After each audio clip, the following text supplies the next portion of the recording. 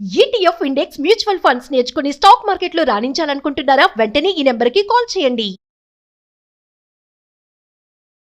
నమస్తే, welcome back to Suman TV. ప్రస్తుతం మనతో పాటు ఉన్నారు అనలిస్ట్ మందరి కృష్ణారెడ్డి గారు. సార్తో మాట్లాడదాం. నమస్తే సార్. నమస్తే అమ్మ. సార్, ఇప్పుడు అమెరికాలో 17 లక్షలు కడితే వేగంగా మనకి గ్రీన్ కార్డ్ వచ్చేస్తుంది అని చెప్పేసి అంటున్నారు.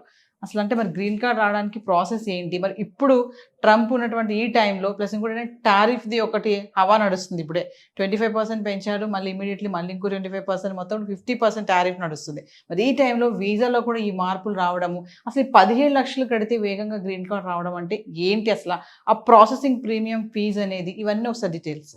వాస్తవంగా ట్రంప్ రాత్రి ఐడియా వస్తుందో పొద్దున ఐడియా వస్తుందో చెప్పడం చాలా కష్టంగా ఉంది. ట్రంప్ తీసుకున్న నిర్ణయాలతో ఇవాళ అమెరికా ప్రజలే బోరుగోరున విలపించే పరిస్థితి ఏర్పడుతోంది. ప్రతి వస్తువు రేటు 2% నుంచి మొదలు పెడితే 10% దాకా పెరిగిపోయి అమెరికా ప్రజలు చాలా బాధపడుతున్నారు, చాలా కోపంతో కూడా ఉన్నారు.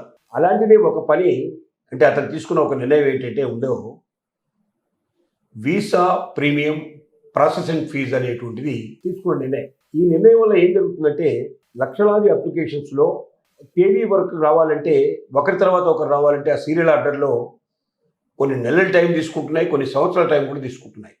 కొంతమంది 4 ఏళ్ళ నుంచి కూడా వెయిట్ చేస్తున్న వాళ్ళు ఉన్నారు. అంటే కనీసం ప్రాసెస్ అవ్వడానికి, అంటే ఇంటర్వ్యూకి పిలవడానికి. ఇలా కాకుండా ఎవరైతే $20,000 ప్రీమియం ప్రాసెసింగ్ ఫీజులు పే చేస్తారో వాళ్ళ అప్లికేషన్స్ని మిగతా వాళ్ళ అప్లికేషన్స్ నుంచి వేరు చేసి తొందరగా ప్రాసెస్ అయ్యేటట్టుగా చేస్తారు. అంటే దీని అర్థం $20,000 కడితే వీసా వచ్చినట్టు కాదు. చాలామంది భ్రమపడుతున్నారు. వీసా రావడం కాదు, వీసా ప్రాసెసింగ్ కోసం వస్తుంది. అంటే ప్రాసెసింగ్ స్థాయికి వస్తుంది. ప్రాసెసింగ్లో పాస్ అయితే, ప్రాసెసింగ్లో వాళ్ళు ఒకటి సక్సెస్ అయితే అప్పుడు వాళ్ళకు వీసా వస్తుంది. ఒకవేళ సక్సెస్ కాకపోయినా ఫెయిల్ అయినా ఈ $20,000 తిరిగి ఇవ్వరు. ఇది ప్రాసెస్ చేసినందుకు మాత్రమే ఖర్చు కింద ఈ డబ్బు తీసుకుంటారు తప్ప ప్రాసెస్కి వీసా రావడానికి సంబంధం లేదు. కాబట్టి $20,000 వీసా వచ్చినా రాకపోయినా అమెరికా గవర్నమెంట్కు మనం పే చేసుకున్నట్టే లెక్క. అంటే ఏదో ఒక రూపం లోపల వలసదారులని, అంటే ఇతర దేశాల నుంచి తమ దేశానికి రావాలనుకుంటున్న వాళ్ళ దగ్గర నుంచి డబ్బు పిండడానికి ట్రంప్ వేసినటువంటి మరొక ఎత్తుగడైంది. దీనివల్ల కోట్ల రూపాయలు ఆదాయం వస్తుందని నమ్మకం. అంటే వేల మంది కడతారు, లక్షల మంది కూడా కట్టినా ఆశ్చర్యపడాల్సిన అవసరం లేదు. అలా 4-5 లక్షల అప్లికేషన్స్లోంచి 1,00,000 అప్లికేషన్స్ ఒకవేళ ప్రాసెసింగ్కి వచ్చినా 1,00,000 ఇంటూ $20,000 చొప్పున అంత ఆదాయం అమెరికాకు వచ్చే అవకాశం ఉందనే ఉద్దేశంతో తీసుకున్న నిర్ణయం. కానీ ప్రాసెసింగ్లో మాత్రం చాలా కఠినతరమైనటువంటి నిర్ణయాలు తీసుకోవడం జరిగింది. ఒక వ్యక్తి యొక్క చరిత్ర మొత్తం సోషల్ మీడియా అంతా కూడా చెక్ చేసి ఆ సోషల్ మీడియా ద్వారా ఎక్కడైనా సరే అమెరికా దేశాన్ని అవమానపరుస్తూ కానీ, అమెరికాకు స్నేహపూర్వకమైన దేశాన్ని అవమానపరుస్తూ కానీ, ఎక్కడైనా అతనిలో కొంచెం విప్లవాత్మకమైన భావాలు ఉన్నట్టు అనిపించినా, అతను రేపొద్దున అమెరికాకి ఏదైనా విద్రోహం తలపెట్టే అవకాశాలను అనిపించినా, ఏ రకమైన భావం వాళ్ళకి కనిపించినా నిర్దాక్షిణ్యంగా వీసాని వాళ్ళు రద్దు చేసే ప్రమాదం ఉంది. వీసా జోలికి వెళ్ళడానికి అవకాశం లేదు.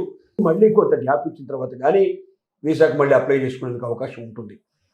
అంటే ఈ $20,000 ప్రాసెసింగ్ ఫీజు చెల్లించే వాళ్ళు తొందరగా తమకు ప్రాసెసింగ్ పూర్తవుతుంది, తొందరగా తమ అప్లికేషను వీసా కోసం వాళ్ళు పిలుస్తారు, ఇంటర్వ్యూకి పిలుస్తారు అనే నమ్మకంతో చేసుకునే పని ఇది.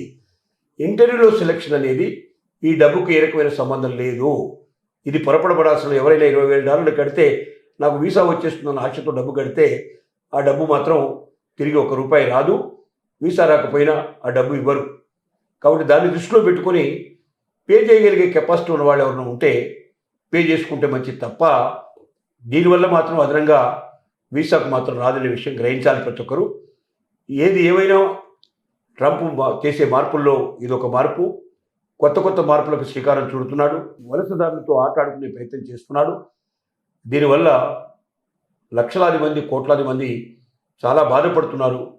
ట్రంప్ వచ్చినప్పటి నుంచి ఇప్పటిదాకా అసలు అమెరికాలో మరి ఎన్ఆర్ఐలు ఉండాలా అక్కర్లేదా అనేది తెలియకుండా ఉంది. చాలామంది 50% వెళ్ళే వాళ్ళు ఇప్పటికే వాళ్ళు ఆగిపోయారు. ఇంకా భవిష్యత్తు అక్కడి నుంచి వచ్చేవాళ్ళ సంఖ్య కూడా చాలా రోజులకు పెరిగిపోతూ ఉంది.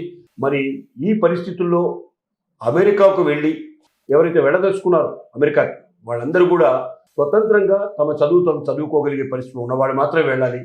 అక్కడ ఉద్యోగాలు చేసి సంపాదించి నేను అక్కడ చదువుకుంటానని ఆశపడేవాళ్ళు మాత్రం అమెరికా వైపు వెళ్ళారు అంటే వాళ్ళు అరెస్ట్ అయ్యే ప్రమాదం ఉంది.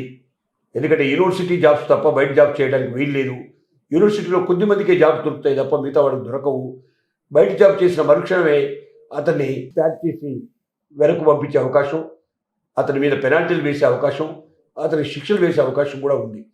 కాబట్టి ఇలాంటి ప్రమాదకరమైన పరిస్థితుల్లో ఎట్టి పరిస్థితుల్లో ప్రతి ఒక్క వ్యక్తి గ్రహించాల్సింది ఏంటంటే, మీరు అక్కడ చదువుకోదలుచుకున్నా లేక అక్కడ మీ ఉద్యోగం సంపాదించుకోవాలని కోరుకున్నా చక్కటి పద్ధతి ప్రకారంగా వీసాలోనే ఆ H1B వీసా అలాంటి ఏదైనా ఉద్యోగకరమైనటువంటి మంచి అక్కడ పేరు పొందినటువంటి సంస్థల నుంచి మీకు ఉద్యోగం వస్తే, ఆఫరింగ్ ఉంటే మీరు వెళ్ళాలి తప్ప అక్కడికి వెళ్ళి ఉద్యోగ ప్రయత్నాలు చేస్తారని మీరు అనుకుంటే మాత్రం తప్పనిసరిగా పప్పులో కాలేసినట్టు అవుతుంది. ఈ విషయాలన్నీ దృష్టిలో పెట్టుకొని ప్రాసెసింగ్ ఫీజు పే చేయాలా అక్కర్లేదా, ప్రాసెసింగ్ ఫీజు పే చేసినంత మాత్రంలో వీసా రావడం కాదు, కానీ తొందరగా ప్రాసెసింగ్ పూర్తవుతుంది, వీసా వస్తుందో రాదో బయటపడుతుంది. అంతవరకు మాత్రమే ఆలోచించుకొని ముందుకు వెళ్ళాల్సిందిగా మనం విజ్ఞప్తి చేస్తున్నాం.